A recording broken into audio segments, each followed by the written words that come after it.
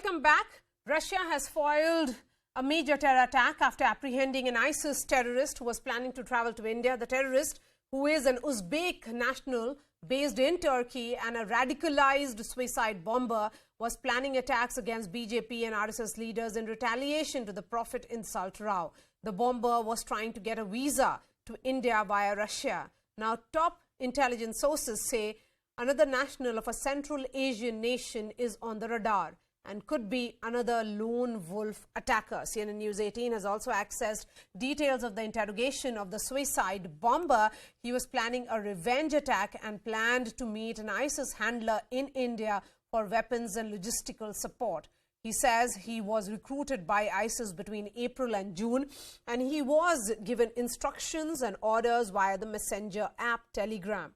Now, these intelligence inputs were shared with the Indian authorities in June, which prompted the anti-ISIS raids we have seen across the country.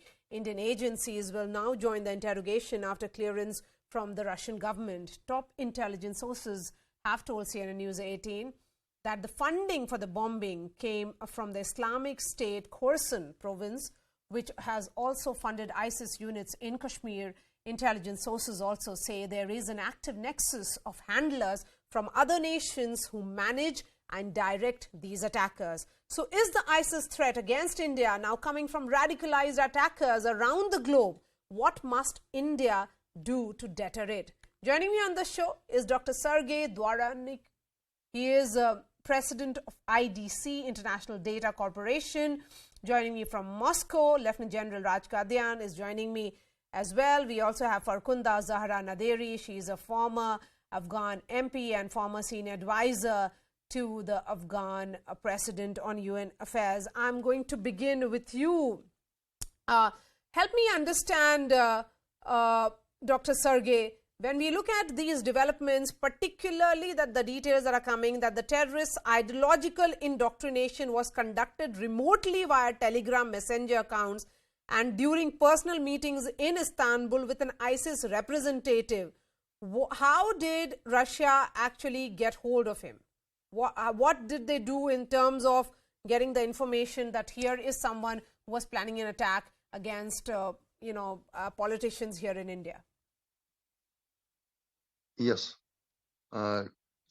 First of all, I want to say that just 1 week ago, I was in Tashkent, in the capital of Uzbekistan, and we did some event, BRICS Plus conference. As you know, 5 countries of BRICS, Brazil, Russia, India, China, and South Africa, they're a country which not belong to the Muslim world, the Islamic world. And the Islamic population right now is 1,800 million. It's a bigger quantity of Muslim believers. And traditionally, of course, Islam means like a dedication to the God. And when we tell Salam Alaikum, we wish the peace to the home of our neighbors. And Russian intelligence, always well known around all the world globally, like very profound and strong intelligence. I am so happy that Russian intelligence blocked this action of this terrorist, because as you know, right now we have some influence from the Western countries. BRICS Alliance, intergovernment institution, which start to develop some trust and cooperation between countries. And the platform of the BRICS institution is like a multi-profit and beneficial for everybody. Yes, it's not. That's why I think that that particular case.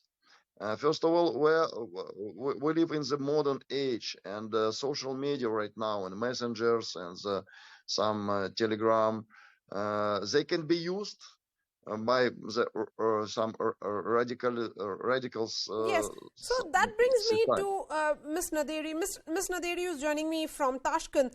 The fact is that we are looking at radicalization, which is also happening within India. But here is a threat that is coming from ISIS outside India, and this particular bomber was planning to enter India via Russia. Why has this route been chosen?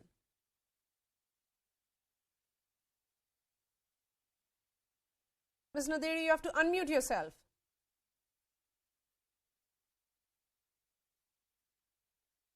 Sorry, can you hear me? Yes, please, loud and clear. Go ahead. You know that Afghanistan has been struggling and have been fighting against terrorists with international community for over 20 years. And we do believe that the war on terror is not finished. So before going to this regional division, we know that UN is still a prestigious institution, regardless of all the challenges that it has.